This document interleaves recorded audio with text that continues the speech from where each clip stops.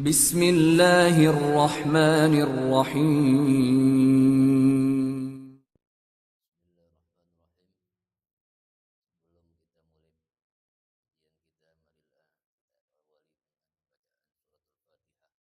Assalamualaikum warahmatullahi wabarakatuh. Alhamdulillahi rabbil alamin, wassalatu wassalamu ala asyrafil anbiya'i wal mursalin Sayyidina Muhammadin sallallahu alaihi wasallam wa ala alihi wa sahbihi wa man ittaba'ahum bi ihsan ila yaumiddin. Rabbi shrah li sadri wa yassir li amri wahlul 'uqdatam min lisani yafqahu qawli.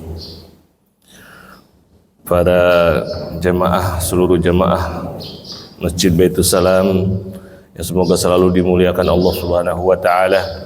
Syukur alhamdulillah pada pagi hari ini kita kembali dimuliakan Allah Subhanahu wa taala dengan diberikan kesempatan untuk beribadah kepadanya di tempat yang mulia ini. Kemudian juga kita diberikan kemuliaan oleh Allah dengan mengenal namanya yang Allah sebutkan, jelaskan di dalam Al-Quran, sehingga dengan itu kita dapat berkesempatan untuk lebih mendekatkan diri kepadanya, memohon dengan lebih khusyuk kepadanya dan takut dengan sebenar-benarnya kepadanya, dan kemudian diridhoi olehnya dan dimasukkan ke surganya. Baik, pada pagi hari ini kita akan mengkaji tentang nama Allah Subhanahu wa taala Al-Alimul Hakim dari penjelasan Mushaf Asmaul Husna Makna dan Doa yang disingkat sebagai Mushaf atau Al-Quran Ahmad. Allah Subhanahu wa taala pertama kali menyebutkan pasangan Al-Alim Al-Hakim yaitu di dalam surah Al-Baqarah ayat 32. Al-Alimul Hakim ini ditampilkan melalui ucapan para malaikat, yaitu ketika malaikat diberikan berita oleh Allah Subhanahu wa taala akan menciptakan makhluk yang terdiri dari tubuhnya terdiri dari darah, tulang, daging, dan mempunyai anak keturunan, pasangan yang sama seperti hewan-hewan yang ada di muka bumi. Maka malaikat ketika mendengar itu, terbayanglah makhluk seperti ini pasti sifat-sifatnya tidak jauh dari hewan, yaitu hewan itu biasa melabrak, memakan, berkelahi sesuai dengan kemauannya, sesuai dengan kepentingannya. Maka langsung malaikat mengatakan, ataj'alu fiha may yufsidu fiha wa yasfiku dima. Jadi model-model begini ini adalah makhluk yang akan membuat kerusakan di muka bumi dan akan saling membunuh. Karena memang hewan-hewan itu kerjanya kalau di padang Sahara ya saling bunuh satu sama lain untuk makan. Jadi makan itu adalah dengan bunuh satu sama lain. Bahkan di lautan, ikan itu makannya ikan. Kalau kita buka cumi, dalamnya apa? Ikan kecil. Jadi yang besar makan yang kecil. Maka kemudian Allah tampilkan kelebihan dari manusia dibandingkan hewan itu adalah dengan memberikan ilmu. Dan berikutnya malaikat diuji, bisa nggak menyebutkan ilmu-ilmu yang sudah diajarkan kepada manusia nih? Ternyata malaikat tidak mampu. Wah. Maka langsunglah malaikat mengatakan, Subhanaka la ilma lana illa ma 'allamtana innaka antal alimul hakim. Maha suci Engkau, kami tidak punya ilmu kecuali yang Engkau ajarkan. Dan Engkau ya Allah adalah Al-Alimul Hakim, yang maha alim dan maha hakim. Nah inilah ya. Jadi malaikat langsung mengakui ketidaktahuannya. Jadi langsung tahu batasnya. Itu kelebihan malaikat. Jadi malaikat mengakui ilmunya hanya yang diajarkan saja. Ternyata manusia yang tadi dia sangka seperti hewan-hewan yang ada di muka bumi ini ternyata beda, ini lain, ini jenis lain ini ya. Yang bisa, yang diberikan kemampuan ilmu. Nah, ilmu manusia dengan ilmu malaikat beda. Malaikat itu ilmunya statis, seperti terprogram. Jadi kita punya apa nih, kendaraan kita program, udah sampai kapanpun segitu ya. Manusia ini namanya punya kecerdasan, yaitu ilmunya bisa reflektif, bisa ekspansif, ditambahkan, reflektif direnungkan, kemudian diwariskan dari bapak kita, kakek kita dulu, dari ilmuwan-ilmuwan terdahulu terus disambung ke saat ini. Maka ini adalah hasil dari apa? Ilmu yang turun temurun, dikembangkan. Sementara makhluk lain tidak bisa begitu ya. Seperti hewan, kucing misalnya, paling kita latih ya, makan di sana, pipis di sana, segitu aja tuh. Nggak bisa dia diajarin ngaji ya, diajarin bicara, nggak bisa. Tapi manusia lahir nggak bisa dilatih, bisa naik motor, bisa naik mobil, bisa bawa kapal, bisa nyanyi, bisa baca Quran, bisa ini, bisa ini. Itu kelebihannya manusia. Maka di sini malaikat mengatakan, innaka antal alimul hakim. Sesungguhnya engkaulah al-alim al-hakim. Nah, Allah Subhanahu wa taala ilmunya beda lagi. Yaitu Allah Subhanahu wa taala ilmunya tanpa awalan. Kita, ilmu kita ada awalannya. Dari tidak tahu menjadi tahu. Kemudian yang sudah tahu ada batasannya. Kemudian yang diketahui tidak final. Karena itu namanya ada penelitian. Penelitian itu adalah mencurigai ilmu yang sudah ada. Namanya gap research, mencari kesalahan penelitian sebelumnya atau kekurangan sebelumnya. Maka ada universitas, kerjanya ngapain tuh? Kalau master atau doktor, mencari kekurangan. Kekurangan apa? Ilmu yang menjadi spesialisasi dia. Dokter cari, oh ternyata ini kurang tepat ngobatin begini, harus begini. Oh ternyata dulu kita katanya kalau pagi-pagi untuk kesehatan minum air 2 liter langsung gitu, bangun tidur gluk gluk gluk gluk gluk. Ternyata di Belanda banyak orang mati, terus ditemukan bahwa kematiannya itu seperti orang tenggelam. Yaitu apa? Ginjalnya terendam air. Kata dia nggak ngapa-ngapain, ini nggak tenggelam. Oh ternyata dia ngikutin pendapat yang mengatakan pagi-pagi untuk kesehatan minum langsung 2 liter. Ternyata menyebabkan ginjalnya hancur, rusak, terendam air. Barulah ditemukan lagi, oh ternyata minum air harus ada fase-fasenya. Kita sangka kayak mobil gitu kan, dicuci badan kita nanti keluar. Nggak begitu metodenya. Itu belum lama ya, belum lama. Untung kita nggak ngikutin coba. Kalau ngikutin udah pada mati. Jadi orang Eropa aja kena tuh, banyak yang mati gara-gara itu. Itu satu hal dan banyak lagi terus berkembangnya. Kemudian obat ditemukan juga, ada komplikasi. Kemarin ada obat vaksin COVID ditemukan, ternyata ada yang menyebabkan tulang kropos. Itu terus begitu ya, ada gapnya, ada kekurangannya ilmu kita itu. Ada batasannya, ada kekurangannya dan tidak bisa dipastikan. Jadi tidak boleh ilmu itu pasti begini, enggak. Ini berdasarkan penemuan, berdasarkan penelitian. Tuh. Sementara Allah Subhanahu wa taala ilmunya adalah tidak diawali, tidak berawal, tidak berakhir dan tidak terbatasi. Dan ilmu Allah itulah yang apa? Yang menjadi dasar bagi penciptaan makhluk ini. Semua makhluk ini diciptakan dengan ilmu Allah Subhanahu wa taala. Dan semua diri kita diketahui oleh Allah. Beda kesimpulannya oleh orang Yunani. Oleh orang Yunani, ilmu Tuhan itu adalah seperti starter mobil. Jadi Tuhan itu digambarkan cuman kayak starter mobil. Grung. Udah setelah itu nggak tahu apa-apa. Karena itu mereka buat aturan sendiri, ngapain sendiri, karena merasa dia itu bebas, nggak ada yang ngawasin, nggak ada yang tahu, nggak ada yang nanyain, nggak ada yang ngapain. Tuhannya begitu aja. Sementara Allah mengenalkan dirinya adalah Al-Alim. tahu segalanya. Allah lebih tahu diri kita daripada kita. Diri kita ini bekerja atas perintah Allah, didesain oleh Allah. Para dokter-dokter, jutaan dokter berusaha mengobati kalau ada gangguan di tubuh, tetapi dokter tidak mengetahui desain, tidak bisa mendesain tubuh, nggak bisa, ya. Jadi tubuh bisa begini, di antara tulang, darah, daging itu bisa antara satu bagian bekerja dengan sangat-sangat rumit. Dia nggak bisa, manusia tidak bisa mendesain itu, hanya bisa berusaha kalau ada gangguan mengobati. Jadi montir aja kita tuh kelasnya. Maka Allah Subhanahu wa Ta'ala menciptakan seluruh alam ini dengan ilmunya,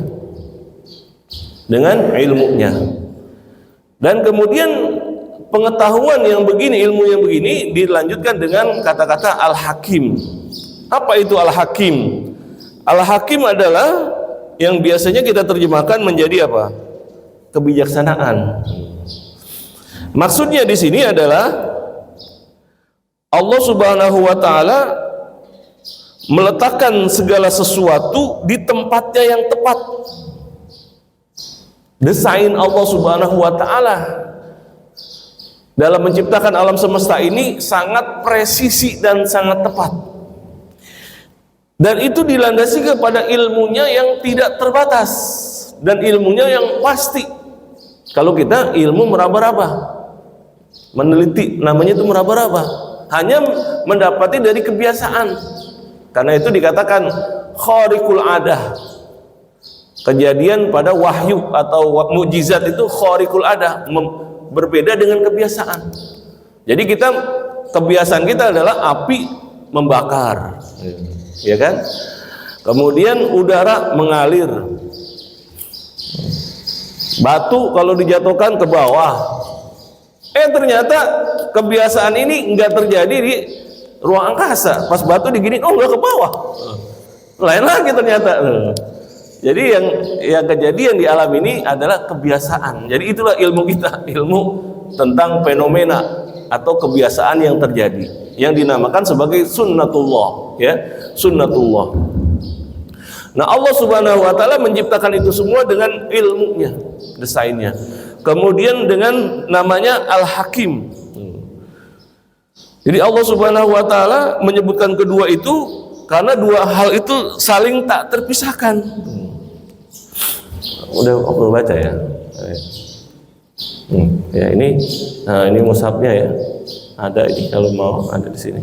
Nah, mushafnya, ini kalau semawannya. Ini aja dah. Langsung.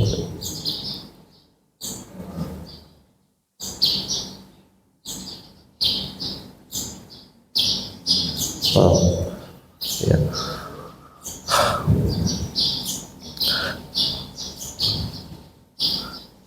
Jadi kelebihan malaikat adalah ketika mengetahui ciptaan Allah, ketika diciptakan itu pasti tidak ada celahnya untuk dipertanyakan, maka malaikat langsung mengatakan subhanaka la ilma lana illa ma 'allamtana innaka antal alimul hakim. Engkaulah yang ketika memutuskan ini, engkaulah berdasarkan ilmumu yang tak terbatas dan desainmu,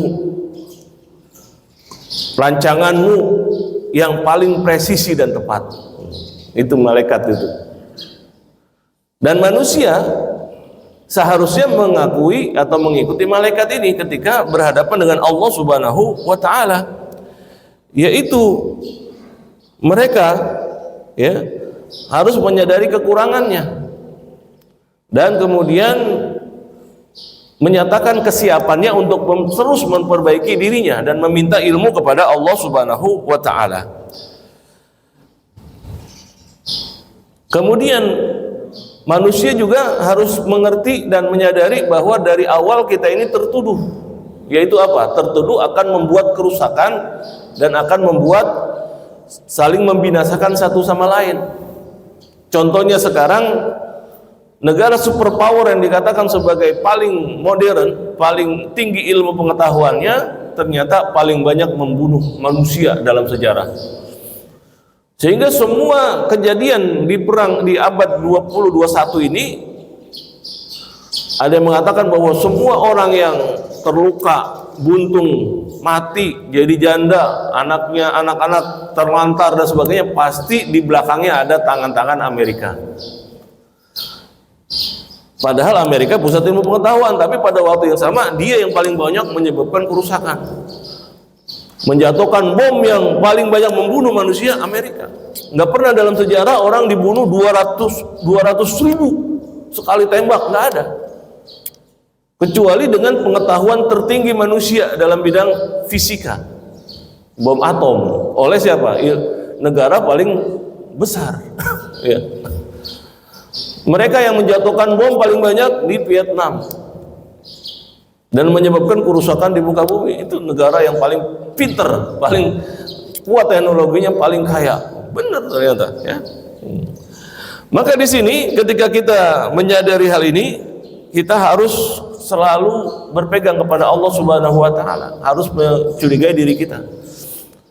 Inilah yang dikatakan oleh apa? Oleh Jeffrey Lang, seorang Amerika yang kemudian masuk Islam. Dulunya dia itu ateis, karena kalau malam-malam ibunya dipukulin oleh bapaknya. Ibunya orang baik, bapaknya baik, tapi kalau malam minum alkohol maka lupa diri, akhirnya jadi sasaran, ibunya dipukulin. Maka dia bilang, Tuhan mana? Tuhan mana? Nih nggak belain ibu saya yang baik ini. Maka dia akhirnya nggak percaya Tuhan. Sampai dia menjadi profesor, akhirnya ketemulah, diberikanlah Al-Quran. Maka disinilah Al-Quran ini menjelaskan sifat dasar manusia seperti ini. Jadi manusia itu gampang merusak, bahkan pada orang-orang yang terdekat. Dan untuk menghindari dari kerusakan itu tidak hanya ilmu pengetahuan, karena ilmu pengetahuan juga merusak, malah lebih dahsyat lagi. Jadi jalan satu-satunya adalah selalu memohon kepada Allah petunjuk dalam langkah-langkah kita. Jadi kita ini tidak alim, tidak hakim. Yang kita sangka baik ternyata buruk. Banyak terjadi, ya. Orang-orang yang mencuri, merampok, korupsi itu pengen baik dia sama keluarganya, pengen bagi-bagi, karena bosan lihat keluarganya pada miskin. Tuh, niatnya baik tapi merusak, ya. Karena kita nggak alim, tidak hakim, tidak bijaksana, yang pas tindakan kita. Maka kata Jeffrey Lang, ketika anaknya bertanya, ya bapakku, bapak, kenapa kita setiap hari disuruh sholat 5 waktu? Kata Jeffrey Lang, kita sholat 5 waktu adalah selalu mengingatkan kita untuk tunduk kepada Allah dan memohon petunjuknya. Ihdinas siratal mustaqim, siratal ladzina an'amta 'alaihim ghairil maghdubi 'alaihim waladdallin. Kita tutup surah Fatihah itu, ya Allah tunjukkanlah kami jalan yang lurus. Jadi manusia ini walaupun pinter, seprofesor dan sebagainya, tetap mudah sekali tergelincir karena ilmunya tidak pasti dan tindakannya juga tidak selalu tepat. Kita hanya berusaha, ya, hanya berusaha. Dan karena itu selalu meminta kepada Allah Subhanahu wa taala. Kita diajarkan di dalam surah Toha atau kita ambil dari surah Toha, ya. Rabbi zidna ilma warzuqna fahma walhiqna bisolihin. Kita tambahkan dari surah Toha, ya. Ya Allah, tambahkan kepada kami ilmu, kemudian berikanlah kami rezeki pemahaman, dan masukkanlah kami bersama orang-orang soleh. Jadi makin tahu kita makin tawadu, makin ngeri. Setiap tindakan harus dipikirkan, karena kita nggak pasti tindakan kita ini, ya, kita rasa akan baik, ternyata buruk, ya. Jadi semuanya kita minta pertolongan Allah Subhanahu wa taala. Kemudian Allah Subhanahu wa taala menyebut kata-kata atau namanya Al-Alim, Al-Hakim berikutnya dalam bidang apa ini? Yaitu dalam bidang masalah pewarisan, ya. Masalah pewarisan tuh. Allah berfirman, yusikumullah fi auladikum lidzakari mithlu hauzil unsayain. Fa in kunna nisaan fawqa thnataini falahunna sulusa ma tarak. Ya, ini dalam surah An-Nisa ayat 11 ini. Ayat 11, nanti juga ayat 12, ya. Bahkan surah An-Nisa sampai akhir ini, ujung di surah An-Nisa adalah tentang pewarisan, ya. Tentang pewarisan. Masalah bagaimana orang kalau meninggal. dan tidak punya keturunan. Bagaimana hukumnya? Nah, inilah aturan pewarisan ini adalah aturan yang Allah tetapkan, desain ini dengan sangat presisi dan sesuai dengan ilmu Allah. Dan pewarisan inilah yang menjadi pengikat di antara kita yang dikatakan sebagai bersaudara, berkeluarga. Jadi kita tahu hak kita dan hak keluarga kita. Anak kita seberapa, kita juga kalau anaknya meninggal kita dapat berapa. Jadi semuanya saling mewarisi. Bahkan dikatakan kalian tidak tahu siapa yang duluan tuh, ya. Apakah bapaknya meninggal duluan atau anaknya, dan masing-masing kalau ada yang meninggal akan mewarisi anak sama bapak tuh. Demikian juga istri dan suami saling mewarisi, sehingga ini menjadi ikatan sampai akhir kehidupan. Dan ini yang tidak ada di peradaban lain, nggak jelas masalah pewarisan. Dulu misalnya di barat, wanita itu tidak punya hak. Jadi hak pewarisan itu buat anak lelaki. Sehingga anak perempuan itu kalau sudah dinikahkan itu gayanya itu seperti dijual. Dijual tuh. Jadi dia ngasih uang banyak kepada mertua, tuh dibawa pulang udah bebas suaminya itu mau ngapain. Bahkan di awal-awal abad 20 itu di Inggris itu kalau orang sudah bosan sama istrinya diikat, dibawa ke pasar, dijual. Siapa yang mau beli istri saya udah bosan. Coba di Google lihat selling wife, jual istri di Inggris ada masih. Itu belum lama, 100 tahun yang lalu masih ada di Inggris. Kenapa? Karena mereka itu nggak jelas pewarisannya. Padahal kalau dalam Islam selama masih ada bapaknya maka dia punya harta. Kalau suaminya ini macam-macam dia bisa pulang ke sana karena masih ada bagiannya. Kalau sekarang orang sistem pewarisan nggak jelas di barat, maka masih hidup saja bapak anak masih hidup, maka anak itu suruh keluar. Udah balik, udah 18 tahun bebas mau ngapain. Karena bapak itu nggak punya kewajiban juga nggak boleh menegur anaknya. Maka akhirnya perempuan-perempuan barat sekarang yang paling gampang nyari hidup apa? Ya jual dirinya, buka-buka, udah supaya penuhi kebutuhan dia. Ya, untuk kuliah, untuk apa? Yang penting bebas, nggak ada yang atur. Nah, sementara dalam Islam selama hidup kita punya kewajiban pada anak. Berarti anak itu masih ada apa? Ada hak sama kita. Walaupun kalau dia kawin, maka dia suaminya yang menanggung. Tetapi kalau kita meninggal, anak kita yang sudah menjadi istri orang itu tetap punya hak bagian dari harta kita.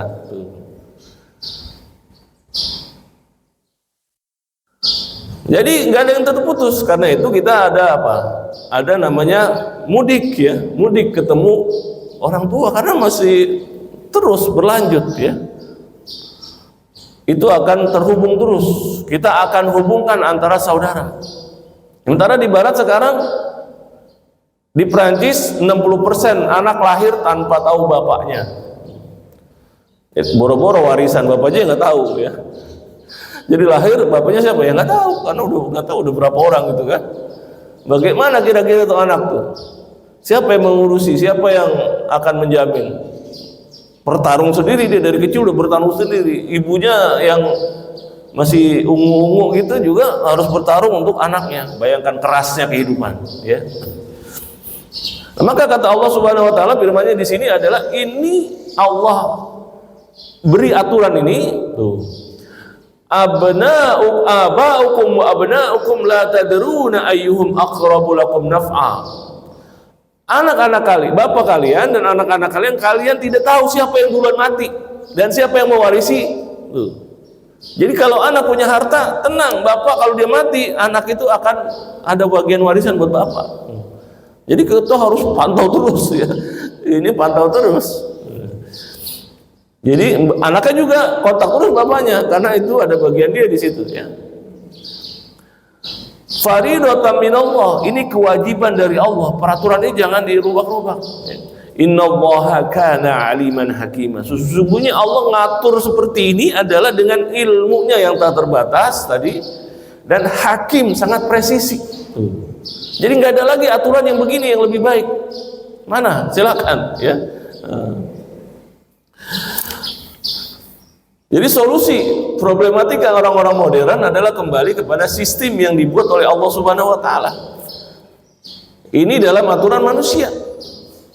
Sementara dalam aturan hukum-hukum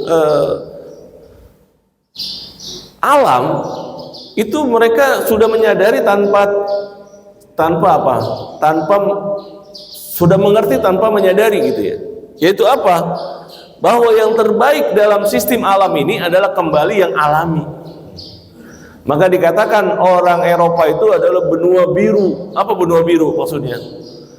Yang langitnya biru, kelihatan langitnya, kemudian udaranya sejuk gitu. Artinya yang terbaik adalah langitnya kelihatan, udaranya sejuk, tidak ada polusi. Kita pengen begitu. Seperti apa tuh?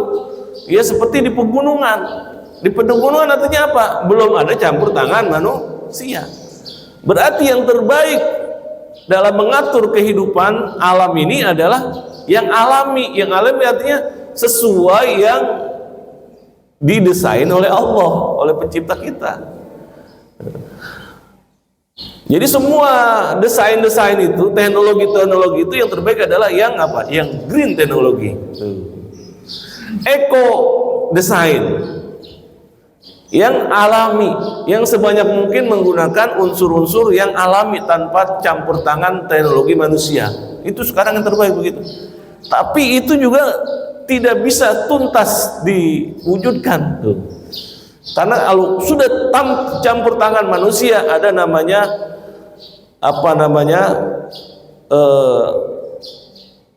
karbon dioksida ya. Kita menciptakan apa? Karbon ya. Karbon print tuh. Meninggalkan jejak-jejak karbon. Kalau desain Allah itu kembali lagi namanya circular economy. Circular, ada siklus terjadi, seperti pohon tumbuh menghasilkan buah, menghasilkan daunnya jatuh itu menjadi sampah, tapi sampahnya menjadi pupuknya dimakan lagi oleh daun, oleh pepohonan, jadi terus. Maka di hutan pohonnya subur, jadi dia mempupuki dirinya sendiri, menghasilkan buah terus, menjadi pohonan yang sangat subur. Kita pengennya begitu, circular. Itu sekarang begitu ya. Tapi tidak bisa secara total. Berarti desain kita nggak sanggup untuk meniru desain Allah. Tapi pengen. Contohnya desain apa? Kereta cepat di Jepang. Dulu kereta cepat bisa cepat tapi berisik sekali. Akhirnya bagaimana caranya? Dia perhatikan burung itu, ada burung-burung yang kecepatannya tinggi, tetapi kalau dia nyantai aja nggak ada bunyinya gitu. Maka diperhatikan, oh ada patoknya. Inilah namanya ilmu aerodinamika. Jadi supaya nggak ada bunyi, itu dibuatlah yang memecahkan problematika aerodinamika tadi. Jadi pecahan tumbukan dengan apa? Udara itu menciptakan bunyi. Maka ternyata desain Allah dengan apa? Burung itu, ya, patoknya burung itu menyelesaikan masalah aerodinamika. Maka desain-desain itu mencontek itu semua pada pesawat, desainnya pada begitu, ya. Pada begitu. Tuh. Jadi semua kita akhirnya adalah yang terbaik adalah mengikuti, mencontoh desain Allah Subhanahu wa taala. Itu untuk alam. Tapi untuk diri kita sendiri justru kita rusak. Kita makin buat makanan-makanan yang dimacam-macamin, diwarnai, dikasih pengawet, dikasih ini, ternyata ginjal, ternyata diabetes. Kasih obat, ternyata ada efek sampingannya, ternyata nggak mengobati, cuman menciptakan kebutuhan. Ternyata manusia lebih jahat daripada pada dirinya sendiri, bukan mengobati. Sehingga ada dokter yang holistik mengatakan kita ke rumah sakit padahal katanya cuman melahirkan sama kecelakaan. Selain itu kita selesaikan dengan apa? Dengan herbal aja. Jadi harus dikit-dikit rumah sakit, dikasih apa? Dikasih itu obat penghilang sakit lah, vitamin lah, apa yang semuanya ada efeknya. Korban pertama dari rasa penghilang sakit adalah ginjal rusak. Ya. Kita ini dikit-dikit apa itu? Penghilang sakit tuh, Panadol apa tuh ya? Dikit-dikit pusing, Panadol. Wah, apa lagi? Pada rusak dalamnya. Ya jadi ya di dalam aturan manusia ini, masalah hubungan manusia ini ada pewarisan. Itu udah terbaik ya, kata Allah Subhanahu wa taala. Jangan kalian tinggalkan ini. Di barat misalnya ada orang warisannya kesel sama anaknya karena tidak nengokin dia, akhirnya warisannya buat anjingnya. Wah, anjing. Jadi anjing terkaya di dunia ya, mewarisi berapa juta dolar. Katanya, kenapa anaknya nggak mau nengokin? Ya ini karena nggak ada sistem kayak tadi, nggak mau tahu anaknya. Ya. Kita pasti harus ada birrul walidain, berbakti pada orang tua. Ada durhaka kalau nggak memperhatikan orang tua tuh. Ada nafkah, ada kewajiban kita. Itu aturan dari Allah. Kalau nggak gitu kacau dunia ini. Ya, benar. Sekarang penderitaan yang paling besar di Jerman itu lansia-lansia. Jadi Jerman itu kedokterannya bagus. Jadi dokter-dokter di Jerman sekarang tidak akan memberikan resep dokter kalau kita ke dokter, nggak langsung, dia dinasihatin. Anak-anak yang pada sakit itu bukan dikasih antibiotik, enggak, biarin. Tuh. Jadi udah bagus dia, udah ngerti. Sekarang udah pakai herbal di Jerman. Nah, mereka ini akhirnya banyak yang lanjut usianya panjang, 80 ke atas. Tetapi ketika lanjut usia, mereka yang sebelumnya jaya, berkuasa atau punya uang, sekarang menderita di panti jompo pada melongo. Apa penderitaan yang terbesar? Kesepian. Karena nggak terbiasa orang tua hidup sama anak. Tadi kan anak dari kecil aja udah diusir kan, 18 tahun aja nggak mau kenal, apalagi udah tua. Ya, nggak ada yang kenal udah. Jadi dia tinggal nunggu mati dalam penderitaan. Jadi masih hidup aja udah diseksa dia kan, masih hidup aja udah diseksa. Ya. Jadi anak-anak itu nggak ada yang kenal dan dia itu sangat menderita karena kesepian. Ada yang kenal ngobrol sama temennya sama-sama pikun juga, udah gitu ya. Jadi penderitaan itu adalah kesepian yang terbesar pada lansia di mana? Di Jerman atau negara-negara lain juga demikian ya. Kemudian Allah Subhanahu wa taala kembali menyebut namanya Al-Hakim dalam surah apa? Surah An-Nisa ayat 24. Ya. Surah An-Nisa ayat 24. Allah Subhanahu wa taala mengajarkan di sini apa? Wal muhsanatu minan nisa'i illa ma malakat aymanukum kitaballahi alaikum. Tuh. Jadi carilah, kawinilah dan diharamkan juga kamu menikahi perempuan yang bersuami kecuali hamba sahaya perempuan tawan perang yang kamu miliki sebagai ketetapan Allah atas kamu. Jadi kita nggak boleh ngerebut istri orang, tapi yang dibolehkan apa? Menikahi wanita yang bisa dinikahi. Jadi aturan pernikahan, kalau punya uang bukan mesen perempuan, tetapi nikahi. Maka dengan pernikahan itu kita terjaga dari penyakit. Kalau memang berlebihan kebutuhannya, ada orang yang punya kelebihan tuh nggak cukup satu, ada jalan keluarnya menikahi. Atau untuk menjaga janda-janda, jangan sampai jadi perempuan yang menyimpang, maka dinikahi. Ada aturannya. Sehingga mereka ini dijamin kebutuhannya dan kita ini ya bisa memenuhi juga keinginan kita. Dengan apa? Dengan uang. Dengan memberikan mahar dan nafkah.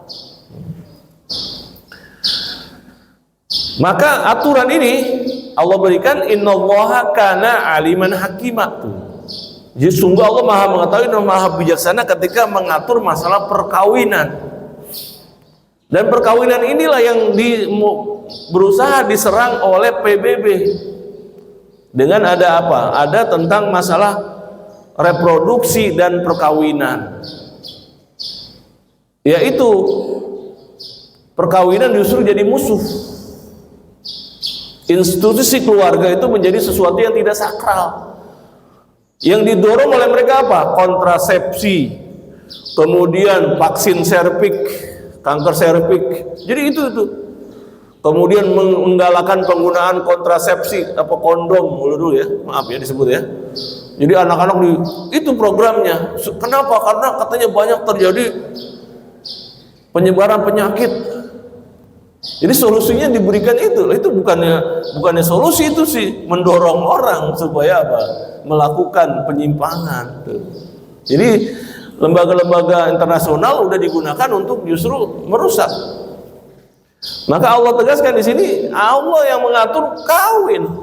Maka dengan perkawinan, ketika ada penyakit pun hanya terbatas pada dia sama lingkungan dia.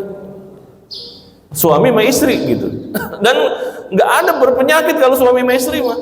Ya. Tetapi kalau gantian sehari berapa kali pasti. Karena menjadi ajang apa? Pertukaran gen di situ. Cairan-cairan dijadiin satu berhari-hari busuk. Kemudian yang pernah di situ menyebarin ke anaknya, menyebarin ke istrinya, terus jadi merusak. Tetapi itu dibela, malah pelakunya dikatakan pekerja, pemasukan resmi PSK, ya, nggak boleh lagi pelacur. Disebutnya jangan pelacur, itu menghina. Apa yang boleh? PSK. PSK apa itu? Pekerja seks komersial. Dibayangin ya. Ini katanya membela hak wanita. Itu. Jadi slogan-slogannya dipakai terbalik. Maka Al-Quran mengatakan yang terbaik menjaga wanita adalah dengan perkawinan. Karena perkawinan tadi apa? Jelas. Ada suami punya kewajiban memberi nafkah. Kemudian nanti kalau ada yang mati, ada warisan yang untuk menjamin dia untuk hidup berikutnya. Dan ini yang kemudian karena institusi perkawinan dimusuhi, maka sekarang orang banyak yang tidak menikah. Adapun menikah kadang-kadang sudah test drive 5 tahun 10 tahun jadi udah bosen ya berdua iseng-iseng nih kita catetin jadi suami istri. Seperti pemain bola Cristiano Ronaldo ya. Cristiano Ronaldo itu bukan istrinya itu dibayar itu, bayangin ya, kemana-mana dia punya anak dari dia tapi dibayar aja, digaji. Kenapa nggak dikawinkan? Ya. Cuma digaji setiap hari tuh, tahun berapa gitu. Jadi wanita itu menjadi apa? Menjadi objek, bukan teman. Jadi sangat direndahkan. Bagaimana kalau sudah nggak ada daya tariknya tuh wanita tuh? Jadi dia masih berguna kalau masih layak digunakan. Masih berharga kalau layak digunakan. Bagaimana kalau udah 50 tahun ke atas? Maka dia itu sangat kesepian. Jadi banyak sekali itu dari kalau tadi yang lansia yang kesepian, sekarang wanita-wanita ya 50, 40 aja sudah kesepian. Udah orang juga nggak mau sama dia, banyak yang lebih muda lagi. Jadi dianya menderita. Jadi di dunia udah menderita ya. Tuh dirinya. Saya nggak ada yang mau, katanya saya pengen ada temanmu, tapi nggak ada lagi, nggak mau. Mau diobrol juga nggak mau. Jadi penderitaannya udah makin panjang, makin lebar ya. Kemudian anak-anak apalagi ya, karena tidak ada jaminan maka nggak mau punya anak, maka child free gerakannya, child free, nggak mau punya anak. Akibatnya sekarang di Eropa banyak kekurangan manusia. Di Swedia katanya diobrol tanah bagi siapa yang mau tinggal di situ. Di Italia beberapa desa begitu. Di Jepang ditungguin orang Indonesia menempati beberapa desa karena kosong, nggak ada orangnya. Ini serba salah nih, fasilitas negara di misalnya kan ada bus atau kereta ya sampai ke suatu daerah gitu. Tapi tinggal 2-3 orang, itu negara itu biayain supir bus itu cuman fasilitas cuman berapa orang gitu, aki-aki nenek-nenek gitu kan. Serba salah nih. Apa diberhentiin jalur busnya, tapi nanti gimana tanggung jawab dia pada rakyatnya? Tapi rakyat tinggal 2, 3, 4 orang. Jadi orang Indonesia ditungguin di sana tuh, ya. Tapi sekarang yennya turun juga.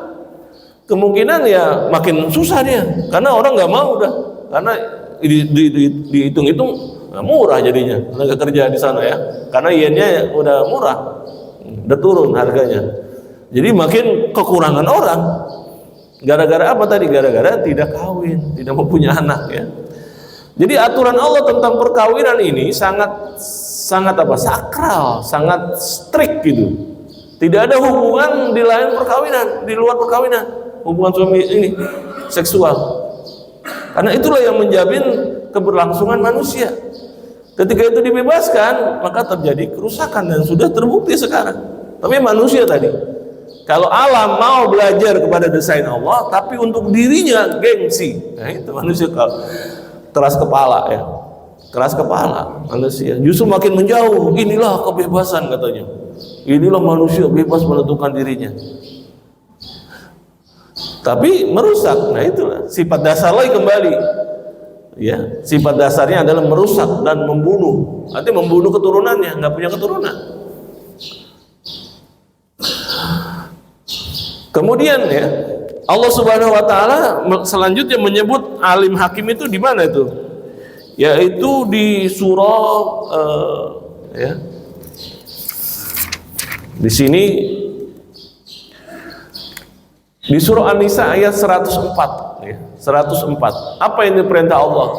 Wala tahinu fi ibtigha'il qaum in takunu ta'lamuna fa innahum ya'lamuna kama ta'lamun wa tarjuna minallahi ma la yarjun wa kana Allahu aliman hakima. Masalah apa ini? Masalah bela negara, bela umat. Yaitu jangan kalian merasa lemah dalam melawan musuh. Karena harus diyakini kalau kamu menderita, mereka juga menderita. Tetapi orang beriman itu walaupun susah dalam perjuangan, dia ada harapan, yaitu dapat pahala, dapat bantuan dari Allah, ada surga. Mereka nggak ada. Jadi aturan ini, aturan membela diri wajib, menyiapkan peperangan sampai musuh takut itu wajib, adalah Allah desain, karena Allah itu maha mengetahui dan maha bijaksana. Jadi sifat manusia ini dasarnya itu kalau sudah antar bangsa memang saling memangsa. Saling memangsa.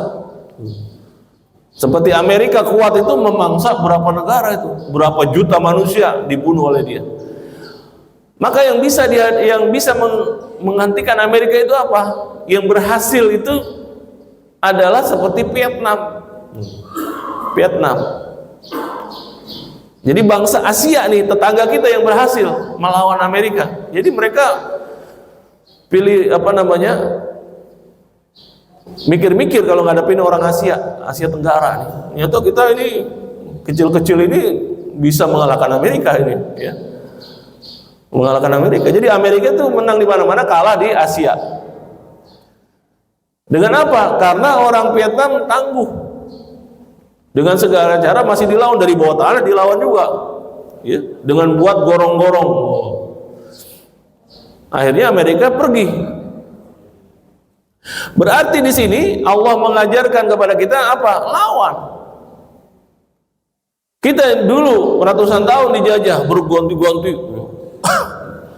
Pertama ada Spanyol, ada Belanda paling banyak, kemudian ada Inggris, kemudian ada Prancis juga pernah sini, kemudian ada Jepang. Bayangin, kenapa kita seperti itu? Nah, perlawanannya harus lebih kuat lagi. Maka ketika kita melawan bersama-sama, mereka nggak berani. Ketika kita kurang lemah, maka dicari-cari alasan buat merampas kita, menduduki kita, menjajah kita.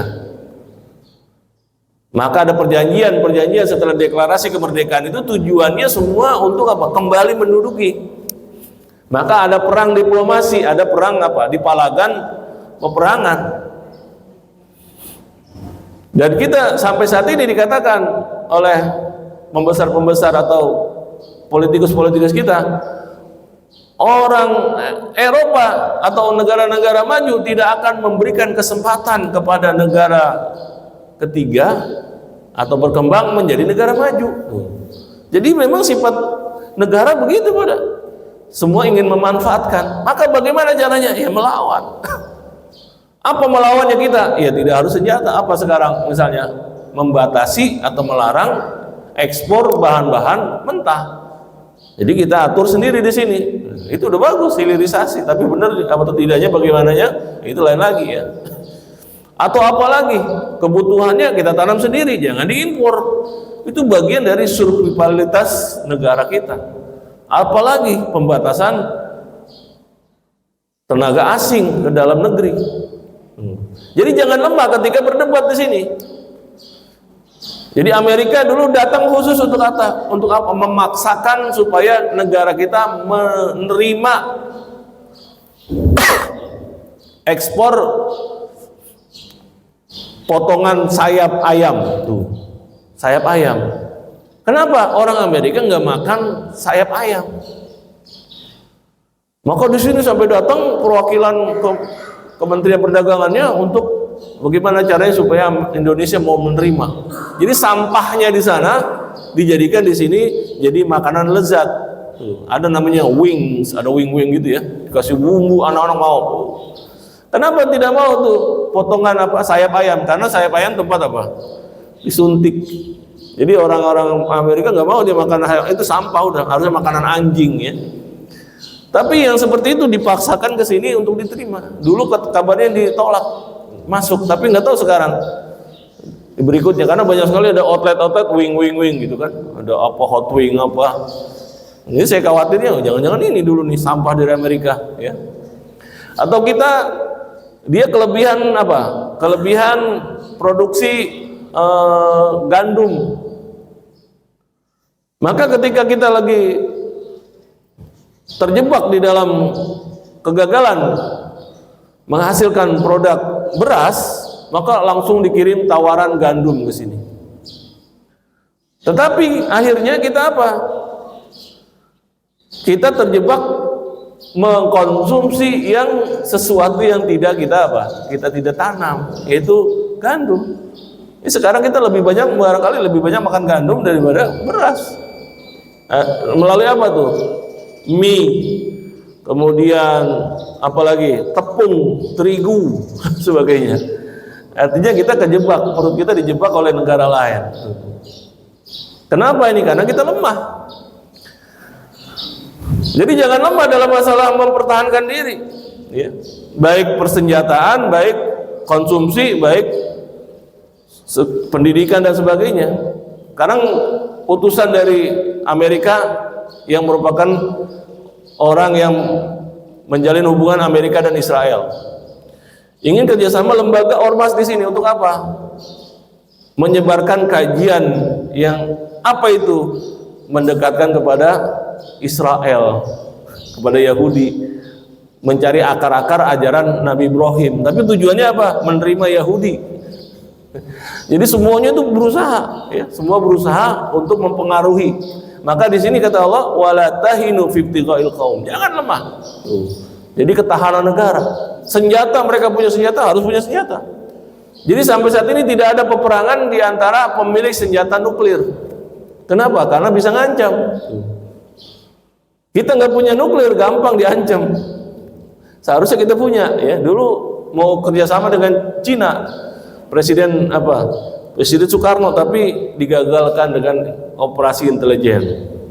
Maka Cina punya senjata nuklir, kita nggak punya.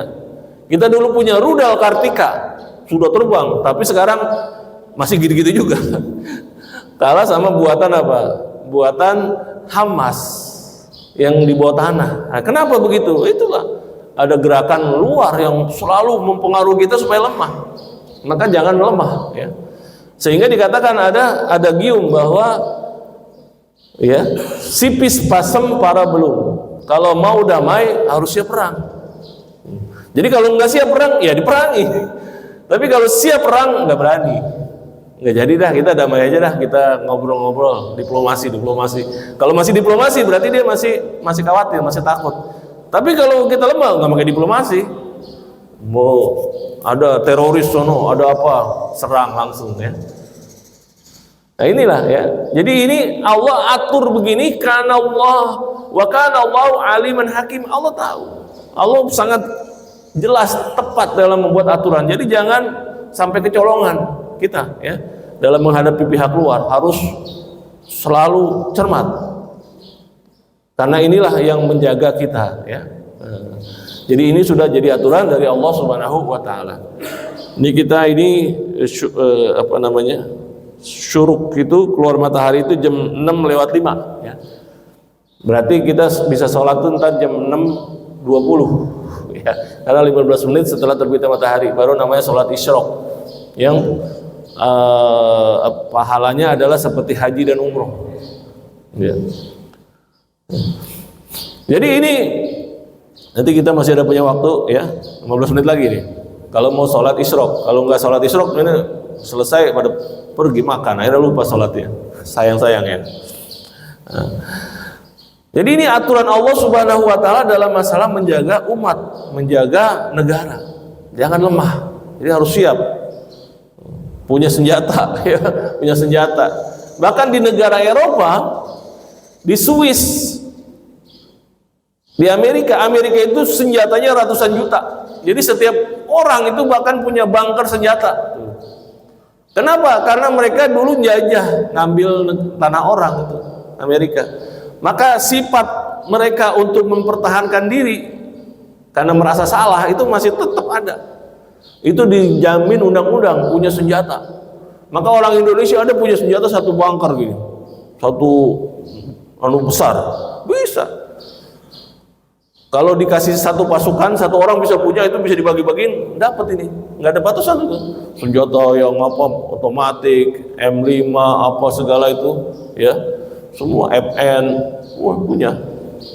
Ini yang paling banyak konsumsi senjata itu orang Amerika. Dan anak-anak kecil udah bisa nembak itu. Sambil lari nembak. Ya. Jadi karena memang itulah pertahanan, kalau kita namanya pertahanan semesta dulu ya. Pertahanan semesta artinya rakyat tampil semua. Jadi kemungkinan dijajah oleh bangsa lain dia jauh gitu.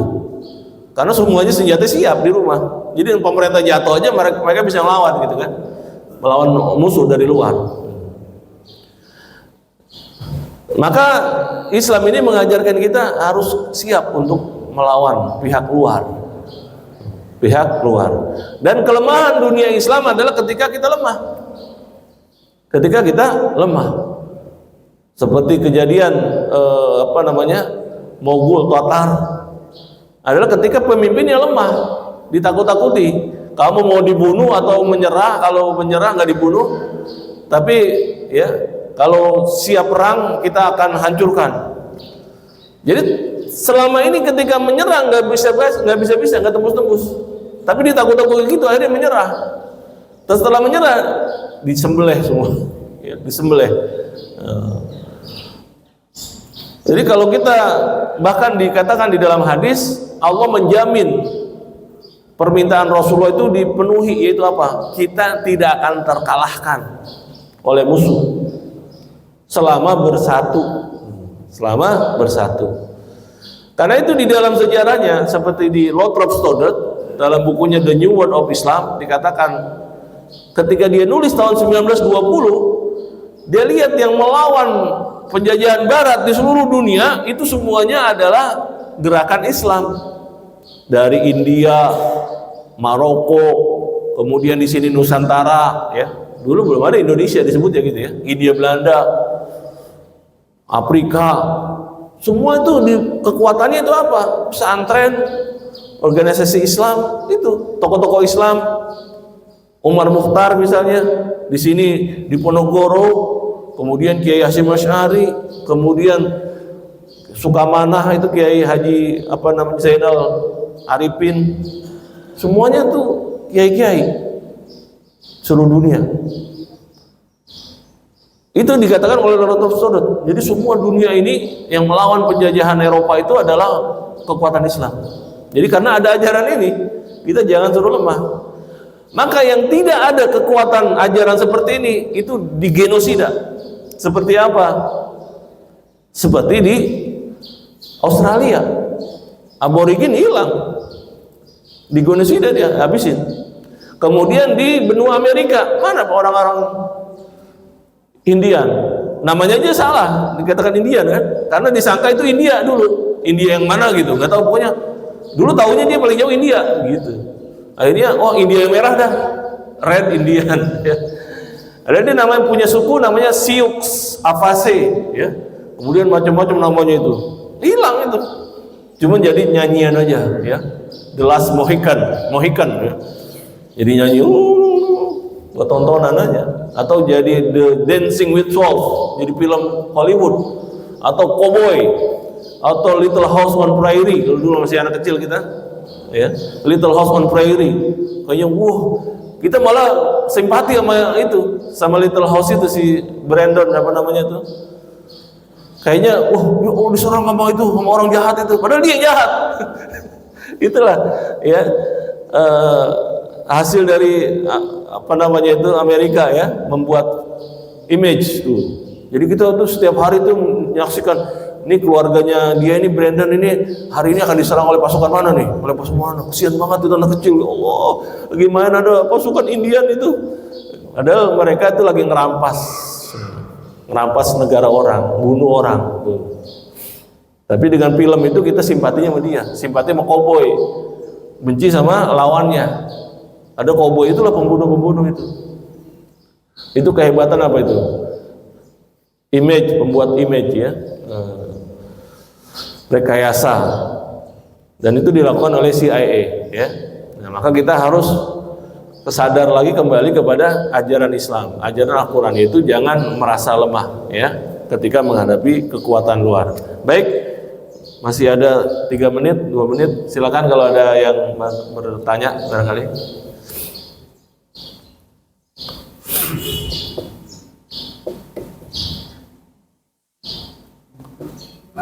Ya.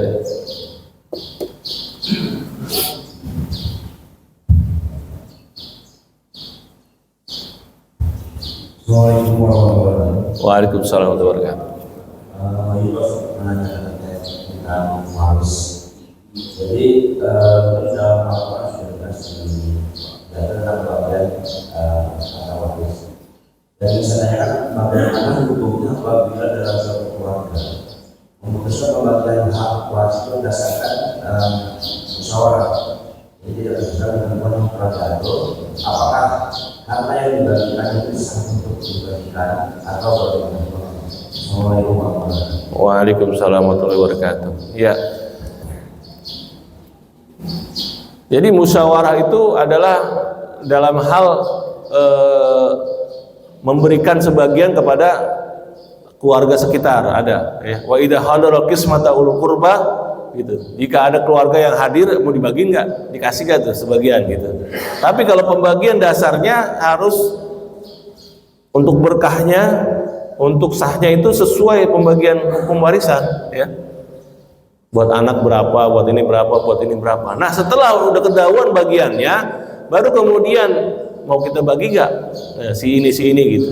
Nah, maka dia memberikan bagiannya, ya. Caranya begitu. Kalau memang mau bagi. Yang pertama kan warisan itu yang utamanya adalah wasiat dulu. Wasiat sama utang, ya.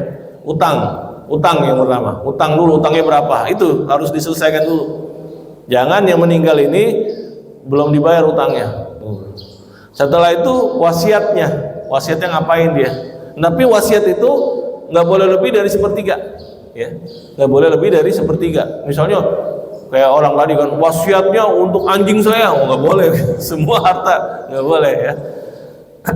Jika wasiatnya juga untuk yang berguna, buat masjid misalnya, harta saya sekian, ternyata terhitung-hitung masih di bawah 1/3, ya silakan. Tapi kalau udah lebih dikurangi, gitu ya, sampai 1/3 aja.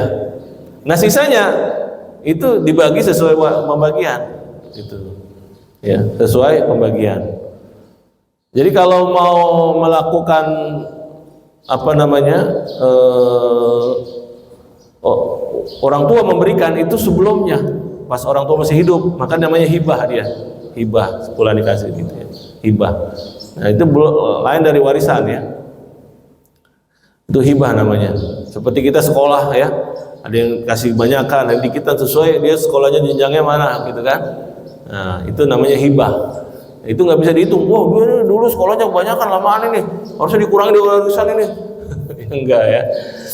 Nah, warisan itu yang meninggal, bapaknya tinggalkan atau orang tuanya itu, nah itu yang dihitung. Dan yang seharusnya dibagi sesuai pembagian oleh syariat, ya, gitu.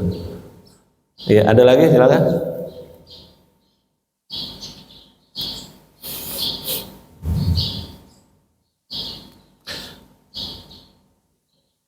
Karena itu harus konsultasi ya sama yang ngerti pembagian itu. Jangan-jangan ada yang kelewat nih, atau yang nggak dapat bagian tapi nuntut uang denger, ya, uang denger.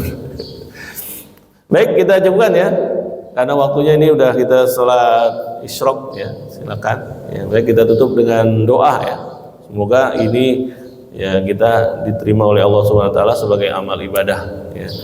Baik, astagfirullahaladzim, astagfirullahaladzim, astagfirullahaladzim, alhamdulillahirabbil alamin. Allahumma shalli ala sayyidina Muhammad tibil qulubi wa dawaiha wa afiyatul abdani wa shifaiha wa nur absari wa diyaiha wa ala alihi wa sahbihi wa sallam. Rabbana anfa'na bima 'allamtana wa 'allimna ma yanfa'una, rabbi zidna ilma wa rizqna fahma wa alhiqna bis salihin. Allahumma inna nas'aluka fahman nabiyyin wa hifdzal mursalin wa hamal malaikatil muqarrabin. Allahumma aghnina bil 'ilmi zayyina bil hilmi wa aqlina bit taqwa wa jamilna bil 'afwi bi rahmatika ya arhamar rahimin. Rabbana amtah lana wa li auladina wa li azwajina تلاميذنا والإخواننا فضل العارفين ووفقنا وإياهم في الدين واجعلنا وإياهم من العلماء العاملين ولا تجعلنا وإياهم من القانطين ولا من الآثمين ولا من المعتدين ولا من الضالين ولا من المضلين. ربنا آتنا في الدنيا حسنة وفي الآخرة حسنة وقنا عذاب النار. سبحان ربك رب العزة عما يصفون والسلام على المرسلين والحمد لله رب العالمين والسلام عليكم ورحمة الله وبركاته.